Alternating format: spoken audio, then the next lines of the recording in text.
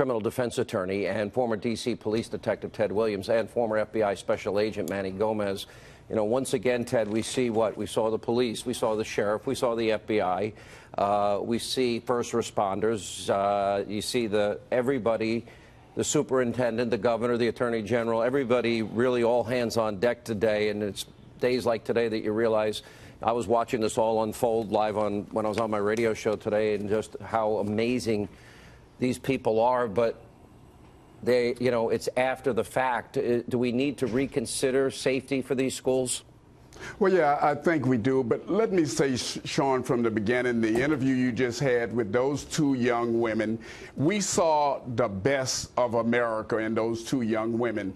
And when you look at this guy, Nicholas Cruz, you're seeing, as the governor said, pure evil. This was a cold-blooded, calculated, carried out carnage, massacre. And we do have to start rethinking how we have guards and security in these various schools. The sad commentary, though, Sean, is we cannot make our schools a prison. We did have a guard there, but if somebody is hell-bent on going in a school and killing people and killing young people, 12 of these beautiful young people are dead tonight. This is a tragedy, Sean, in and of itself. Yeah, this is not a political statement. I know I'm known for talking politics all the time. This is not political. I don't think it is something that most people would disagree with.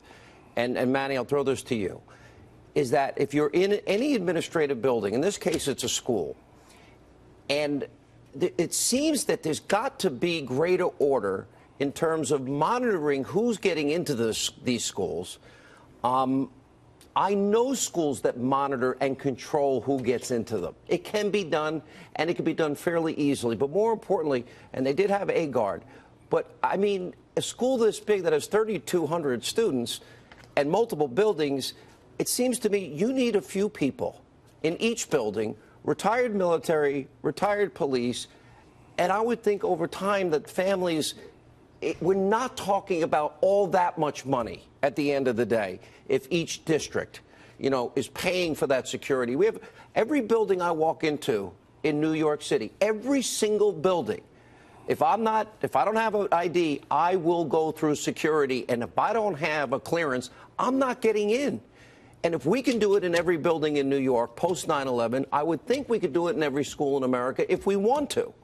I totally agree with you, Sean. And it's not controversial. This isn't a gun debate. No, this has nothing to do with guns. This has to do with protecting our children.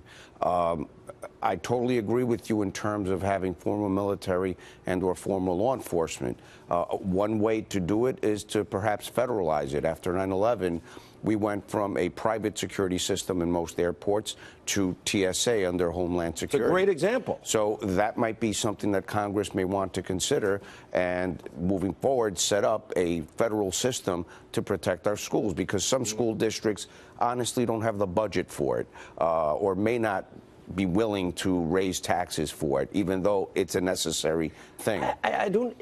At the end of the day, are we going to put a price? I remember the movie years ago, Lean on Me. It was about the principal, Joe Clark. Right. And he got in trouble because he chained the school door shut. That's not necessarily the answer. There should be very specific entry points, and other entry points should be closed off. Right. But beyond that, I think you need, and look, I don't even know if it would have been applicable in this situation, but I've got to believe in some situations that if you have first-line defenders there, people that are trained, you know, retired military, retired police, that they're going to be able to at least hold off for the 5 minutes. The police got there. The sheriff got there. Right. They got there as fast as humanly possible. They did a great SWAT job. team was there. First responders were there. They did everyone did their job today and did it so well. Right. But I'm just thinking for the long term, we've got to secure these schools again, it's not about guns. It's secure the schools. 100%. Well, I got to tell you, both of you guys, I disagree. It is also about guns. If you put a security guard in with a pop gun in one of these schools and you got a guy coming in with an AR-15 rifle, he could even take that security guard and somebody else Ted, out. I'm talking about armed former military and armed former police. These are people we trust. My guess would be in most schools, in most communities, those retired military and retired police would become the best friends of the students over time. They'd get to know each other.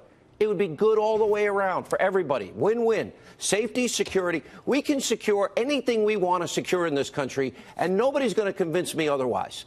I totally agree. So going back to former military, former law enforcement, as an added benefit, going back to your win-win, now you have somebody who's been trained, and if there's other things going on in the school, vis-a-vis drugs, bullying, things like that, this is a trained professional that could deal with that, identify it, investigate it, and deal with it. So that's an added benefit of having somebody of that caliber there. But it has to be funded, and it has to be a serious conversation where we as a nation say enough, and we need to fund this, just perhaps, like I mentioned, the TSA program. All right, Ted, last word for you. I was not talking about unarmed former retired military police, Ted.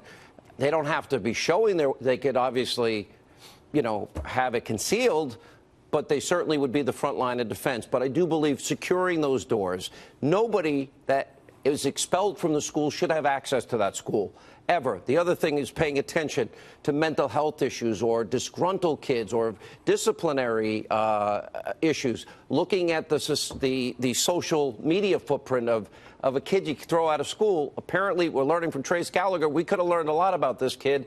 And that happens after almost every shooting. People are telegraphing where they're headed. Well, you're right. If you see something, you need to say something.